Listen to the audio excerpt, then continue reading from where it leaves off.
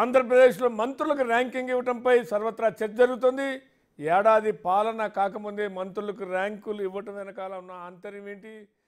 ఎందుకు ర్యాంకులు ఇచ్చారు? దాంట్లో చంద్రబాబు మరి ర్యాంకు వెనకబడటానికి కారణం, అదేవిధంగా పవన్ కళ్యాణ్ లోకేష్ల కన్నా ముందు ఫారూక్ లాంటి వాళ్ళు ఉండటం, ఈ దేనికి సంకేతం ఈ ర్యాంకులు అనేటువంటి చర్చ ఒకవైపు జరుగుతుంటే, ఇక మరోవైపున మార్పులు చేర్పులు జరుగుతున్నాయి. అటు శైలజానాథ్ జగన్ పార్టీలో చేరటం, మరోవైపున జగన్ను రాజ్యసభ సభ్యులు ఒక్కొక్కళ్ళు వేయటం, ఏపీ రాజకీయాల్లో ఏం జరుగుతుందనేదే ప్రధానంగా ఇప్పుడు అందరి దృష్టి. దీని మీద మన టాపిక్లోకి వెళ్ళే ముందు వివరాలు చూద్దాం.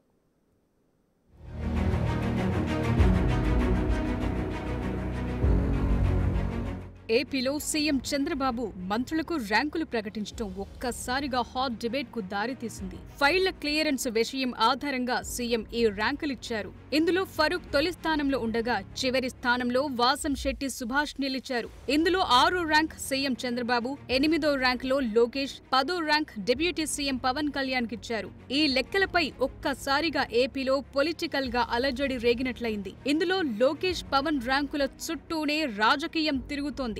డిప్యూటీ సీఎంను అలా ఎలా వెనక్కి నెడుతారన్న పాయింట్పై సోషల్ మీడియాలో చర్చ నడుస్తోంది.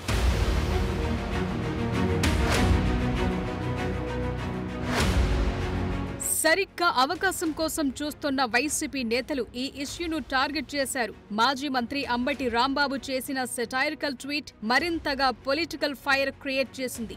మంత్రివర్గ ర్యాంకుల్లో 8, 9వ స్థానాలు సాధించిన లోకేష్, పవన్ కు అభినందనలని కామెంట్ పెట్టారు. అందరినీ వదిలేసి ఈ ఇద్దరిని హైలైట్ చేయటం వెనుక చాలా పెద్ద స్కెచ్చే కనిపించింది. పవన్ ను లోకేష్ వెనక్కు నెట్టేశారన్న అర్థంలో బయట ప్రచారాన్ని హోరెత్తిస్తున్నారు. అయితే టీడీపీ నుంచి వైసీపీకి కౌంటర్లు గట్టిగానే పడుతున్నాయి.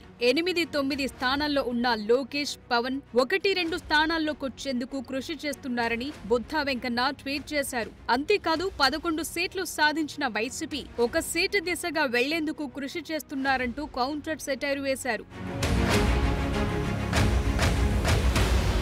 మరోవైపు ఈ మొత్తం ఎపిసోడ్ పై సీఎం చంద్రబాబు క్లారిఫికేషన్ ట్వీట్ చేశారు. ఈ ర్యాంకులు కేవలం ఫైళ్ల క్లియరెన్స్ కోసమే ఇచ్చానన్నారు. ఫైల్స్ క్లియరెన్స్ లో తాను కూడా మెరుగవ్వాల్సి ఉందన్నారు సీఎం.